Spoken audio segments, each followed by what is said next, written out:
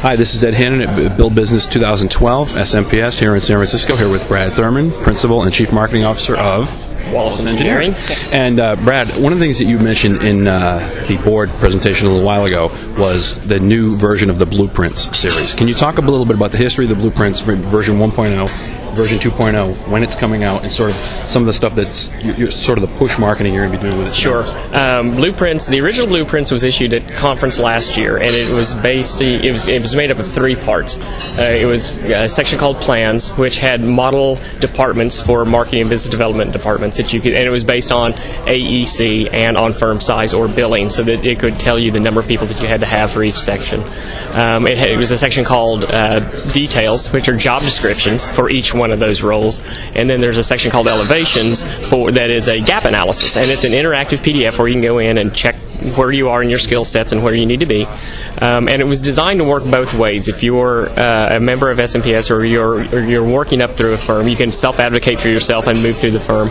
And it's also designed as a review tool or a building tool for firm principals. Got a really good response. We were real happy with it. So this year we're adding a section called Specifications. Specifications is a series of interview questions that you can, if you're going to be going into an interview, you can potentially anticipate being asked. Mm-hmm. If you are an interviewer, there are questions that you can ask the candidates.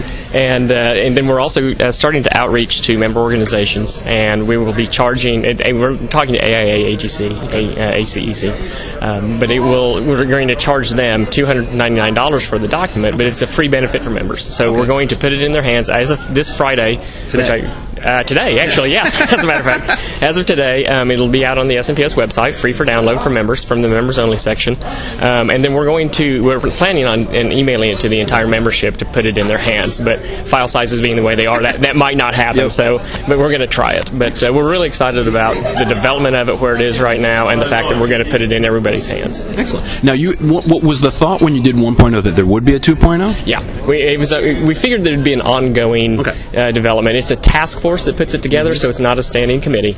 At this point, we may add more to it, but it would mean reconvening the task force, and task force usually expire over time. So we may let it a year, but the idea is to ultimately what I would love to see put into it is have it dovetail into the SMPS salary survey that we do, that the foundation's done in the past. I'm not sure if they've got plans to do that again, but what we would like to do is order their job descriptions and dovetail to our job descriptions, do salary information, possibly even have it real time on the website to where it updates constantly rather than than being something that just happens every 3 years. Excellent. Now, what was the original thought behind this at the beginning in terms of what was the thought, like the need that was trying to fill with this? Right. Well, the need was, you're talking about a lot of times non-technical people in a technical world, and you always hear they don't understand what I'm doing, or they don't know what they need me to do. So it was really to give the individual an opportunity to advocate for themselves as they want their career to grow, and to set a career path for themselves in their companies. Conversely, if it's a company that was starting a department, they would be able to say, these are the types of people we need to look for, and these are the skill sets and qualifications they need to have. So it really started off as an advocacy tool, but the deeper we got into it, the more we found out that it worked both ways, which was really kind of the strength of it once we developed it. It's sort of a best practice. Yeah, absolutely. Absolutely. Excellent. And what was sort of the approach in terms of the putting together of it, in terms of how did it all come together, in terms of the actual putting the food in the pot? We put together a task force of 7 individuals. Chris Rickman from SMPS Oklahoma, who's a good friend of mine, was the chair of the task force, and then we identified 6 other people that demographically there were A, E, and C. There was there was East, Central, and West. There were male, female. So we tried to emulate the demographics of the organization as much as we could.